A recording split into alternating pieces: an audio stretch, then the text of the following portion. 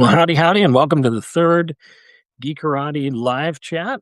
This is as I said, third week in a row that I'm going live. I've been posting more regularly and filming these live chats. We'll see if this one ends up being one that I attach to any kind of blog post. That'll depend on what's going on in general.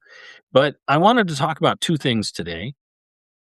The first is to chat about some books that I purchased at Half Price Books recently. I'm pretty excited about them.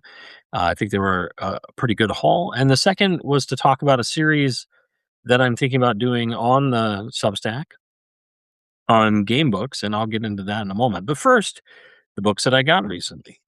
Um, I picked up New Worlds Quarterly #2, edited by Michael Moorcock. What's interesting about this, of course, is this particular volume is a collection of stories from a uh, science fiction new wave magazine, or new wave science fiction magazine from the 1960s and early 70s, edited by Michael Moorcock, who's one of the leading figures. He and Harlan Ellison are the two kind of leading figures in the editorial space for new wave.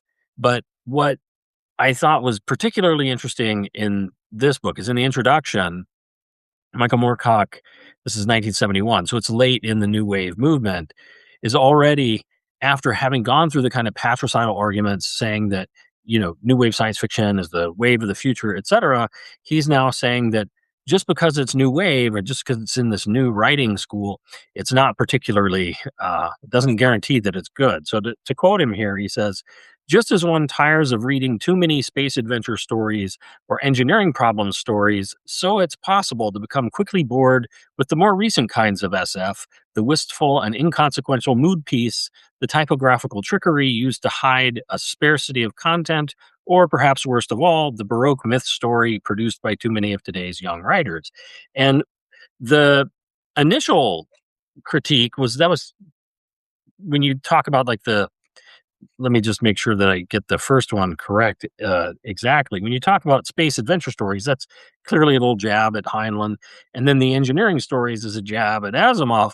But then he takes jabs at a lot of the writers that he had just spent a lot of time promoting in his own magazine. Michael Moorcock edited the New Worlds magazine in England, and that was kind of the counterpiece to Harlan Ellison's Dangerous Visions, which wasn't a magazine, but is one of the kind of key anthologies of the science fiction new wave movement, which renovated or reinvigorated and changed what science fiction stories were viewed as being and what they could become and what they were, away from kind of the hard science fiction stories of that had been promoted by John W. Campbell and things like Dune, that they'd shifted away from that and into kind of more psychedelic pieces, I think is the best way to put it. They were experimental, a lot of fun. The science fiction new wave is just an excellent time period. But whereas the New Worlds Quarterly book was one that I just got, the Dangerous Visions is one I've had for a while, and it's kind of a quintessential or absolutely necessary anthology for fans of science fiction who are interested in the evolution of the genre from the kind of space westerns or space opera that predominated early through the kind of uh, space adventure stories like Heinlein's Juvenalia to the more technical stories like Asimov, all of which influence modern science fiction. Harlan Ellison, of course, was huge with the new wave. Philip K. Dick was one of the big writers in that era, as were a number of writers that you see here, J.G. Ballard, Norman Spinrad, and others. It's a great era of science fiction, as is the early era. But I was lucky I got this like super cheap at Half Price Books. Additionally, and this is more out there for the gamer geeks among you who might be out there, but I also was able to track down two of Gary Gygax's Cyborg Commando series. The first volume, Planet in Peril, which deals with an alien invasion on Earth that requires the creation of cyborg commandos, and then the third, The Ultimate Prize. I'm now only missing the second volume in this series. And what's interesting is, while it says Gary Gygax's Cyborg Commando, neither one is written by Gary Gygax. They're written by Pamela O'Neill and Kim Mohan. Kim had been Gygax's editor for Dragon Magazine for quite some time, um, and this series was based or inspired by a role playing game that Gary Gygax had hoped, I think, would be more successful than it was. The concept is there's an alien invasion on Earth, and in response to that, the Earth creates a kind of super soldier fighting force to combat the aliens. But the biggest problem with the Cyborg Commando game was that when you made characters, they weren't unique enough. So even though you have this kind of interesting premise, in play, it wasn't as engaging as it could have been, which I think, if it had had a couple of iterations, maybe a little more editing, things like that, I think Gygax could have had a good game with Cyborg Commando. I think it's an interesting concept. If I were to do it today, or run a game today, I would use the Savage Worlds game system because I think that would be perfect for it. But these were just sitting on the shelf of my local half price books, as was this beauty. Uh, those who've been around for a while know that I'm a huge Edgar Rice Burroughs fan. While my first introduction to science fiction and fantasy in any kind of detail was, in fact, the writings of Michael Moorcock. I read the Elric saga when I was very young. So, kind of my introduction to science fiction and fantasy was already deconstructed post New Wave science fiction and fantasy. So, when I read heroic fiction, as Edgar Rice Burroughs' Mars series are definitely heroic fiction, it was very refreshing to me. It was something new. Um, this is the 11th volume. It contains two novellas that were printed, including one of my favorites, which is when invaders from Jupiter come to Mars. And what's interesting about them is they have transparent skin, so they look like they're walking skeletons, but they do have skin. It just is transparent around their bones, so they're the skeleton men of Jupiter.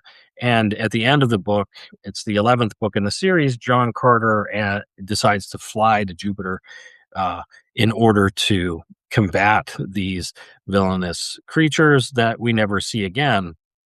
But what I noticed later is when Fritz Leiber writes his Lankmar stories with Fafford and the Grey Mouser, the ghouls that he has in his fiction also have transparent skin, and I've always wondered whether or not they were related to one another. Um, Obviously, John Carter Mars, which is the name of this book, John Carter Mars, the 11th volume. The first volume was called A Princess of Mars, was the inspiration. The first book, A Princess of Mars, was the inspiration for the John Carter movie that came out quite a few years back that never really caught on with audiences, in part because I think they didn't know how to market it. They actually spent more marketing the film than they spent on the movie, and they spent a lot on the movie. Spent about $200 million, and then another $200 million in marketing. I don't think they knew what they had, and a part of the evidence of that is that they called it John Carter. They didn't call it John Carter of Mars. They didn't call it a Princess of Mars. They just called it John Carter and then had a flash of images. So fans like me who read these when they were in middle school, we were super excited, but other people were less enthused.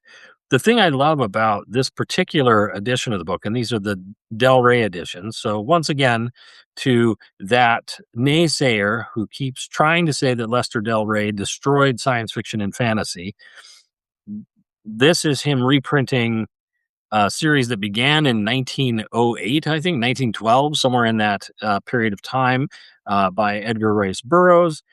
Really imaginative stuff. And this particular edition has art by Michael Whelan on the cover.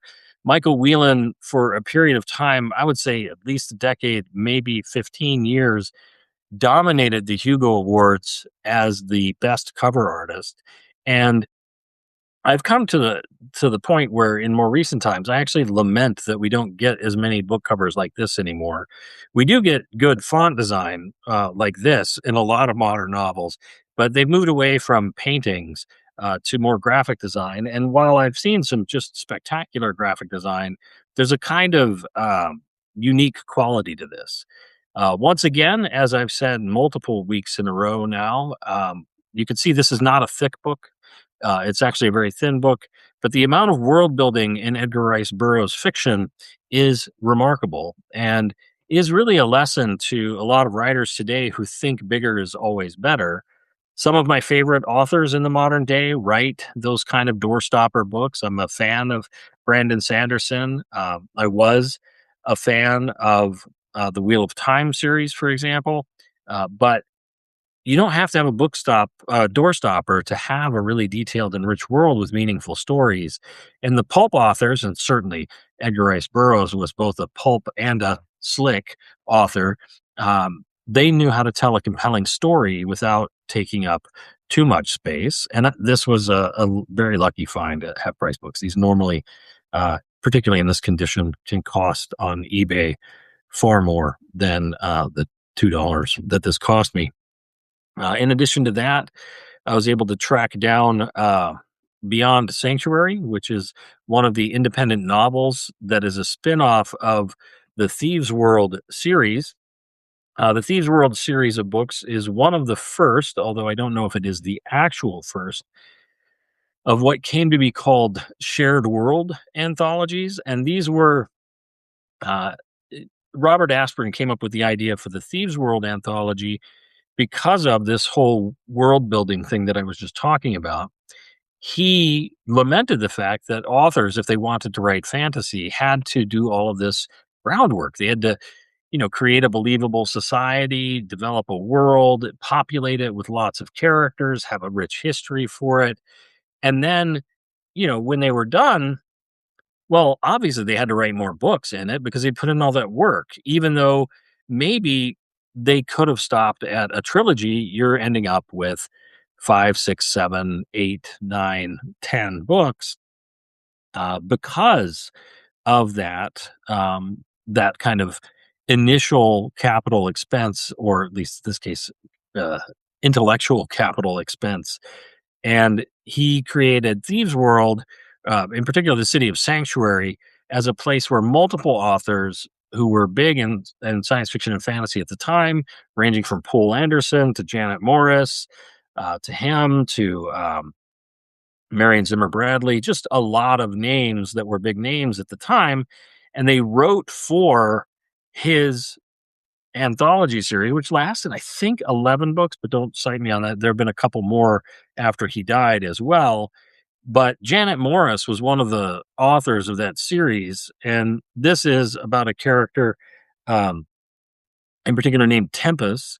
And Tempest is a warrior character who, in the first book of the series, in the short stories there, is the bodyguard for the governor of Sanctuary. He's been sent there by the emperor to rule the city, which is this kind of backwater city. He's been banished there. But Tempest is this very serious, very strong character who eventually becomes the avatar for the god of his culture in a period of time. And he's a really interesting character, kind of remarkable character. Um, and this is Janet Morris's tale for him. I will say, when you read Thieves World books, they have a lot of overlap thematically with the role playing game RuneQuest, even though RuneQuest has its own world too. The way the magic works, the kind of way the play works, the kinds of characters, it was just a natural fit, which is, I think, one of the reasons why Chaosium was such a great match for them when they released the Thieves World box set for the role playing game. So you can see, yeah, this is back in the 80s. You already had media tie in between role playing games and published fiction. And of course, the circle of friends here, which is the New Mexico and Arizona writers' circle, more in the New Mexico side, um, they they actually played role playing games and stuff too. George R. R. Martin is not an author in the Thieves World series, but he's in New Mexico. He's not one of the Arizona authors, but he too was a Chaosium player and edited a series of books called the Wild Card series that were superhero stories that ended up being inspired by his own Superworld role playing game sessions. And then this is the last one that I was able to pick up is, and this comes back to Michael Moorcock again, The Jewel in the Skull, which is the first of the Hawkmoon stories, which take place in a dark future where there's uh, a future version of Great Britain that's called Grand Britain that is kind of stagnated in its obsession with law and has become a very decadent society. And the main hero in this series, Dorian Hawkmoon, begins as a slave, and that's what the jewel in the skull is. It's the thing that controls his mind, and he eventually combats or fights against this society as the what Michael Moorcock framed as the eternal champion for this particular world at this particular time. And the purpose of the eternal champion character was to be uh, a heroic figure that maintained the cosmic balance between law and chaos. And in some of the other books, like the Elric books, chaos is in ascendancy, and the hero fights against the forces of chaos. In this one, law is in ascendancy, and Grand Britain is ruled by law. There's some nice imagery in here. The Grand Britannians wear like these masks with animal faces and stuff like that are rooted to their caste and stuff like that. I first read this series when I was in middle school and just absolutely fell in love with it. And this was the second series of Michael Moorcock's that I read. The first was the Elric saga. So those are what I picked up. And I think I think it was a good get, if you will. But on the Substack, I a couple I don't know. I want to say right when I started the Substack, I wrote an article about a game book series written by Gary Gygax and Flint Dille. Flint Dille being a writer on the Transformers cartoon and stuff like that in the 1980s. I think he even wrote on G.I. Joe as well. He was the brother of the woman who eventually ended up buying TSR, Lorraine Williams, and running it for a period of time, something that upset Gary Gygax and upset other people, even though he continued to maintain his friendship with Flint Dille. And the book series is called Sagard the Barbarian, and it's a game book series, which means, of course, that it's like a choose your own adventure book, but it has game mechanics when you have a fight, instead of it just saying the choices that you made determine whether you win or lose.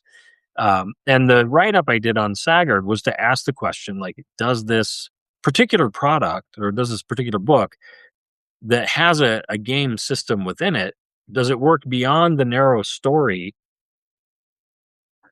that's in the book? Can you use this to play your own adventures? And if not, what is necessary to do to expand it so that it is a playable game, right? So I wrote that, and it got me thinking. I've always wanted to just do that with numerous book series, and I was going through my book collection, and the first one that I kind of want to do that with is the Sword Quest series, done by Bill Fawcett.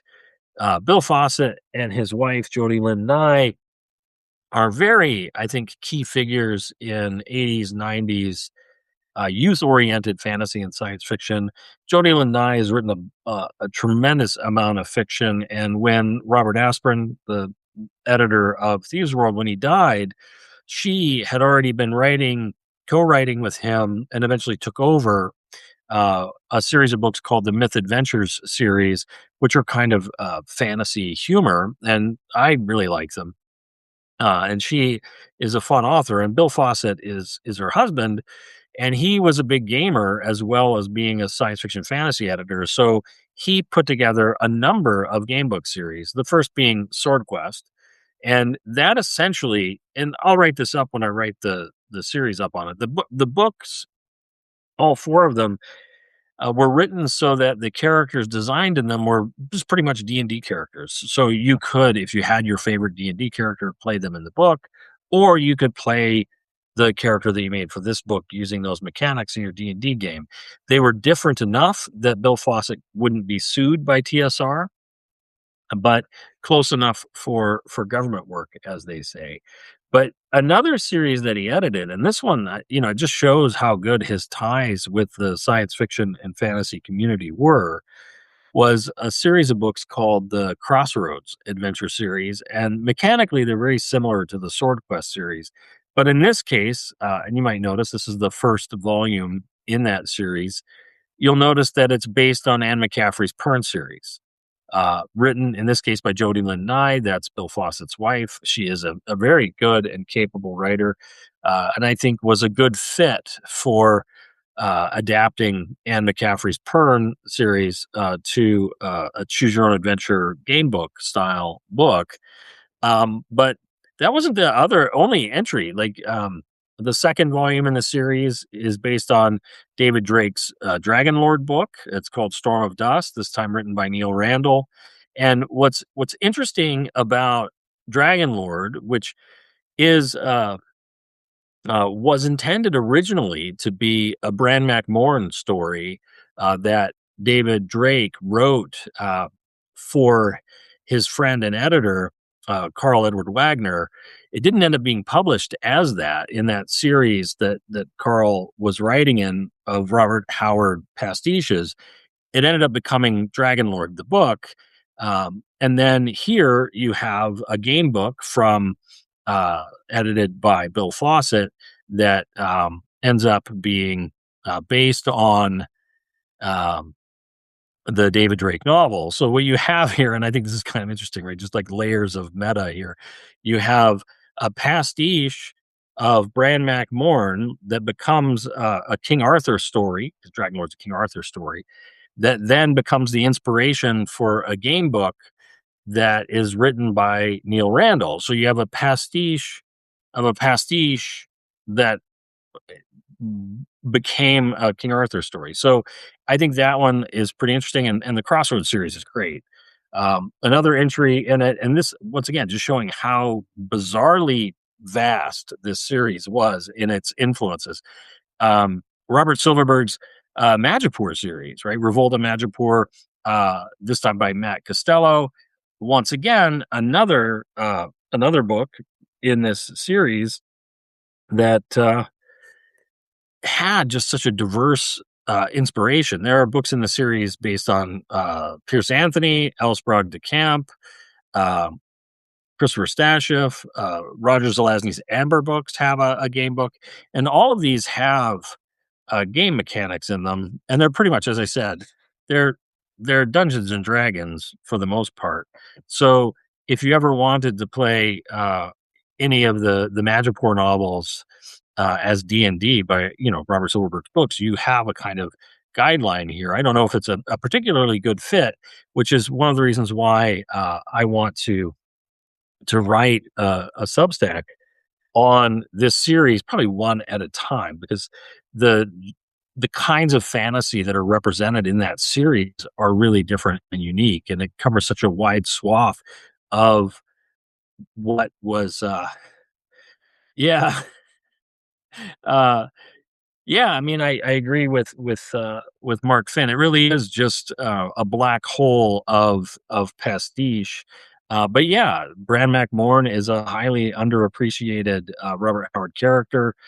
I know that the newer Conan comic book series, um, it references a lot of the Bran McMorn stuff, but it really is an underexplored character. My favorite character I think has been more explored. That's Solomon Kane. Obviously, Conan gets deep exploration, and what I think is, speaking of games and game books, etc. I am about to do my review of the new Conan role playing game that's being published by Monolith. Um, it's a Spanish company that got the license this time, and they already had the license to the board game, and their board game is excellent. They also published a Batman role playing game that is quite good that I'll review at some point. But I'm going to review the Conan one first. The interesting thing, connecting it back to Robert E. Howard and role playing games, is the company that currently owns the trademarks and stuff to Robert E. Howard, most of Robert E. Howard's fiction, Conan certainly, and Solomon Kane. Oh, and Monolith also has a Solomon Kane role playing game. Um, that the founder of that company actually started with a role playing game company in Sweden that produced a role playing game called Drakar och Demoner, Dragons and Demons, that was, once again, back to Chaosium, an adaptation of Chaosium's Magic World setting for the Worlds of Wonder role playing game. So, a lot of Chaosium tie ins here, but with that company became successful enough that the it eventually did other games, Mutant Chronicles and things like that. And at some point, and I'd have to look at the exact date, acquired the rights to the Conan trademark and stuff. And I think, I think there's a mixed record. You can look on my Substack for my review of the Red Sonja movie.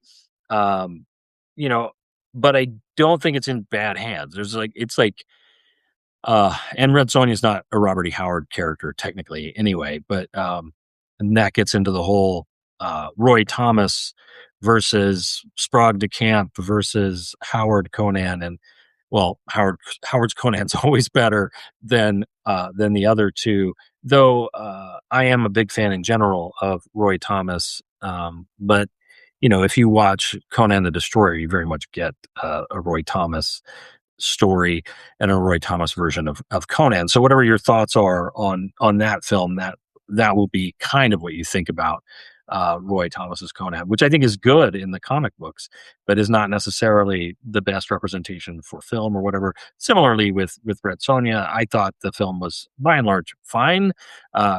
By my 1980s sword and sorcery film standards, or by standards where you evaluate comparing to 1980s sword and sorcery films, well, then it's excellent. But, we do live in an era that we've had a lot of great fantasy films, and where, you know, even a lot of modern mediocre fantasy films are technically, not necessarily narratively, but technically better than a lot of the fantasy before. But yeah, I'm really excited to review Monolith's Conan. I have some thoughts on it. Conan has had I think it's like 5 role playing games now. Yeah, and I mean it's essentially uh, the argument that I make, and this mirrors what Mark Finn said, is once Peter Jackson made Lord of the Rings, it really did change the game of what fantasy films, or what was expected of fantasy films. And I am, and people who've read my Substack know this, I'm actually a defender of the 2000 Dungeons and Dragons movie. And in part, it's because, right, it's when third edition came out. I was hanging out with my friends. We were starting a new D&D campaign. We went to see the movie. Uh, and, our expectations were Hawk the Slayer expectations. So in comparison to Hawk the Slayer expectations or Krull, the Jeremy Irons D&D movie, while not great, is 2.5 to 3 stars. But once you've seen Lord of the Rings or anything like that, well, you know, it's it's just not very good. Although I still love it. I love watching Jeremy Irons chew up the scenery, and it's interesting to see his son playing in a young Sherlock series on Amazon. So um, as well. So that I think is interesting too. But I will be reviewing the Crossroads Adventures. I'm going to do the Conan role playing game before I do this, because these are going to take a while. Although I think my next book review is technically going to be Elric of Melniboné. Um, it's not going to be so much a formal review because the book is over 50 years old. Instead, it's going to be commentary about what Michael Moorcock was doing with Elric of Melniboné. And then the last kind of game book I wanted to discuss today is a really unique one, which so we've got based on science fiction and fantasy, using a kind of D&D light mechanic. We've got generic fantasy, but then you've also got something called Combat Commando. Once again, this is Bill Fawcett edited, Ace Books, and this one's based on Piers Anthony's bio of a space tyrant. But in this case, you're not the combat is not individual.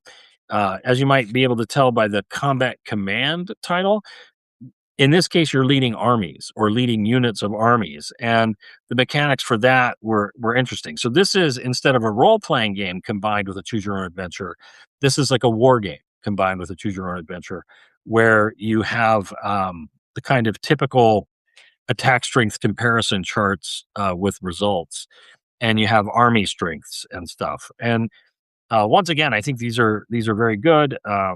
In addition to Piers Anthony's Bio of a Space Tyrant, you've got some based on David Drake's Hammer Slammers, for example. I believe there's a Starship Troopers one, but I'll have to check. Yes, there is a Starship Troopers one, but they're about units. Mark has asked if I got the new Elric editions. Yeah, they're beautiful. I I like the editing of them. I was like I read them when I was, as I said, I first read Elric when I was in middle school. So I think that the books, by and large, are perfectly appropriate for middle school readers. I mean, a little challenging in some areas. Some people might push away from them. But Neil Gaiman's introduction, a friend of mine, he bought the audiobook instead of the book, and it was playing. There's a description of something in there that the person was listening with like their kids in the car, and they're like, "Oh, I gotta fast forward past that." I didn't like. For me, I've read "Behold the Man" by Michael Moorcock, so it's kind. I think Neil Gaiman was kind of referencing things in that or imagery in that, and I think that can be pretty shocking for some people. But I think that the editions are great. They're beautiful hardbound books, excellent paintings on the cover. I was talking earlier about the need for editions, and uh, and I like that Michael has continued to write stories in the Elric saga, but has also written other things. And I like that um, he is not, while he appreciates kind of what he created with Elric, he doesn't necessarily feel bound to not push boundaries narratively on some of his stuff and thematically. That he's still trying to grow and challenge us as readers, because one of the things that Elric was designed to do um, was to challenge fans of sword and sorcery fiction, and he certainly was a fan of sword and sorcery fiction. And one of the things I'll be talking about in my discussion of Elric is those who think that everything Michael Moorcock was doing was just mere deconstruction, right, to subvert our expectations or whatever. That's kind of a misreading of Elric. That's not to say that Elric isn't a deconstruction of the Conan character. He very much is, but it's a deconstruction of the Conan character by someone who deeply loves the Conan character and deeply loves the writing style of Robert Howard, but is making kind of different philosophical arguments and is engaging with Robert Howard's kind of favoring of savagery over civilization, whereas Michael Moorcock, he's favoring civilization, in particular urban civilization, over the barbaric, while still critiquing urban civilization. Um, a lot of people point to his essay "Epic Pooh," which uh, is in a collection. It was published outside the collection, but it is in a collection of essays that I have actually in my office that I'm using to write. And that's where Michael Moorcock critiques Tolkien, and he critiques Tolkien as being a kind of conservative fantasy fiction that emphasizes the bucolic and rural life of like Wales and stuff like that, and kind of rejects that in favor of a kind of urban fantasy fiction. And the Elric stuff, or the Eternal Champion stuff, whether it's Arakusa, who starts in a city and then ends up in like a winter wasteland, or whether it's um, Elric, who starts in Melniboné, which is very much a future, or not future, but a decayed London. Grand Britain, of course, is a decayed England as well. Right? He's critiquing certain elements of society and the way that it can remove your individualism. Individualism is really a big deal for him, but he also uh, is valuing that kind of urban over the bucolic, and you see that with other things too. So And I've already written most of that article that'll go up. And it one of the things it does is it compares Elric of Melniboné, the first book, these sections of it, to the Phoenix on the Sword, which is the first Conan story. Um, and I choose that one in particular because the thing that I find interesting about Howard is Robert E. Howard often talks about like the kind of the beauty of the barbarian and the kind of savage nature of mankind and the kind of justness and of that kind of civilization or lack of civilization and how civilization kind of dehumanizes us and removes things from us. But in Phoenix on the Sword, Conan, who's king at this point, and is being targeted for assassination by a kind of petty lord and a merchant and a minstrel or artist, a bard.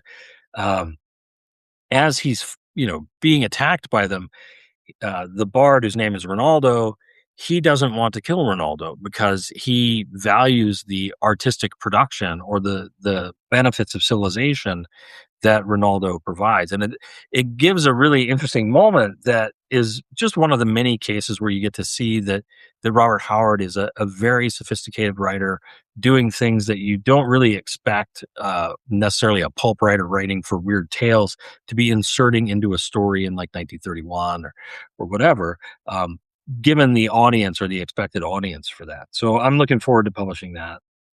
But yeah, I mean, I do.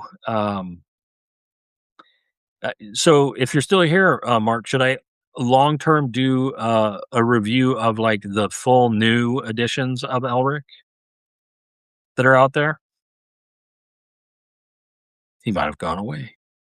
I can never tell. It's hard.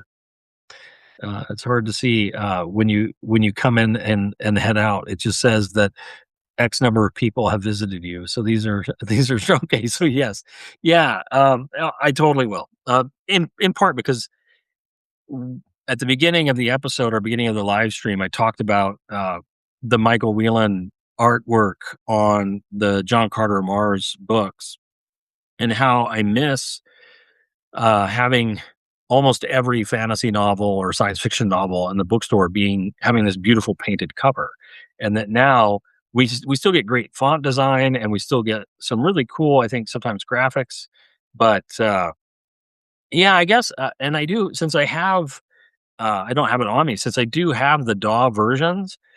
I think I think it would be worth exploring the textual differences.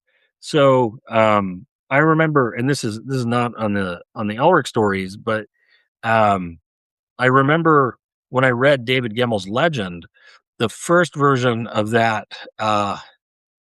the first version of Legend that I read was the Del Rey published edition, but then I purchased the first American published edition, which was done by New Infinities, getting back to Gary Gygax again. Gary Gygax's New Infinities published the first um, Legend novel, although it wasn't called Legend. It was called Against the Horde, I think, maybe. Anyway, when I read it and it had textual differences, I was like, wait, this isn't the book I read. And it's interesting to compare while it's still largely the same stories, there are um, these subtle differences. And, you know, um, yeah, I mean, and obviously, I think you can tell, right? People are talking about the death of the paperback. I think you can tell what my opinion on the death of the paperback is, and whether or not we should still have paperback books. Uh, I think that they're a wonderful medium.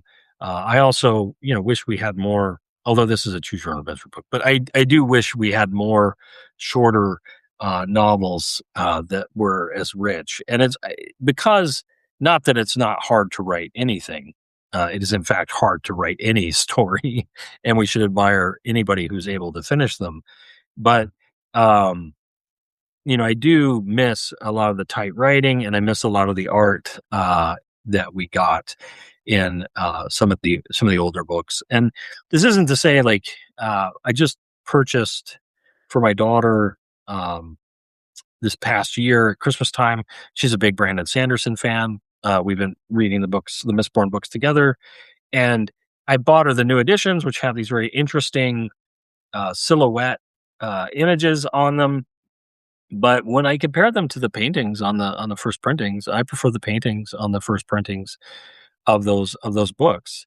The design work is interesting and fun, and certainly they look good on the shelf together. But when you look at other books on the shelf, and this, I think this is my biggest complaint with them, isn't that the design work isn't good.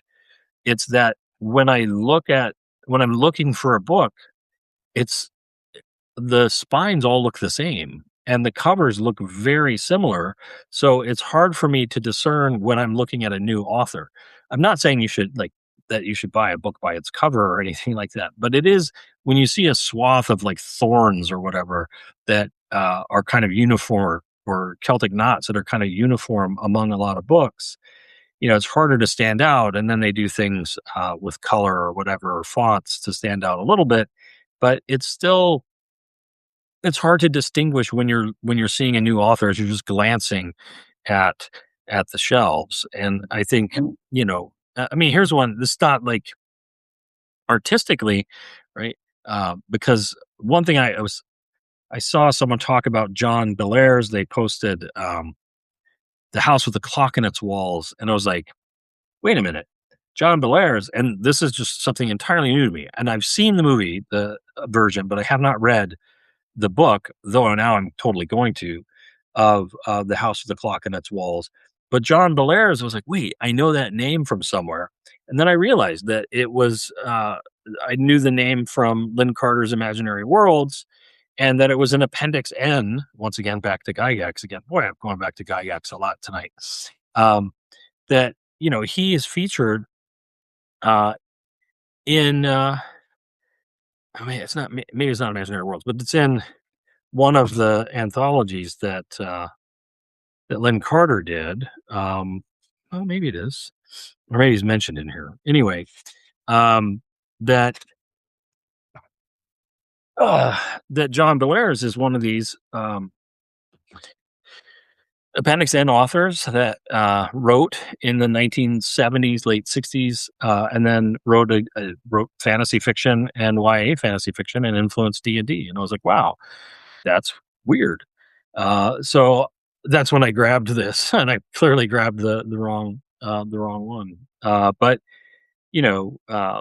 Lynn Carter is one of the key editors historically of the fantasy genre, particularly sword and sorcery genre, and once again is a person I'll point to as a kind of counterbalance to Lester Del Rey killing science fiction and fantasy. I don't even think that's true, by the way. I think that there's a lot of people out there that just want to like complain, and they get more viewers and hits for complaining about stuff rather than talking about the things that they like. And speaking of the things that I like, and Mark Finn, since he was here, I really want to talk with him about his Swords and Larceny collection of short stories, and I have to try and schedule an interview with him, or maybe we'll do it as a live chat. I am going out of town next week, but if you're available in the next couple weeks, I'd really love to chat with you about that book series, or about that book collection of short stories. It's a really cool collection, and definitely worth picking up if you're a fan of sword and sorcery, and modern sword and sorcery in particular, which ever since Lou Anders, the Lou Anders edited Sword and Sorcery anthology from the mid 2000s, I've been really encouraged by how innovative and how imaginative a lot of modern sword and sorcery is. It's definitely not just barbarians and wizards. It's a lot of different things. And in the past, I've mentioned the Sir Hereward and Mr. Fitz stories, which by Garth Nix, which I really like. They're great. But just in general, the sword and sorcery genre has its own mini revival right now that I think is fantastic. So I think I'm going to wrap it up. Have a great night. I don't know if I'm going to post this video, but I might, because it was nice to have somebody who I'm a fan of and have been a fan of for a while. here in the chat. But have a great night, and I'll talk to you later.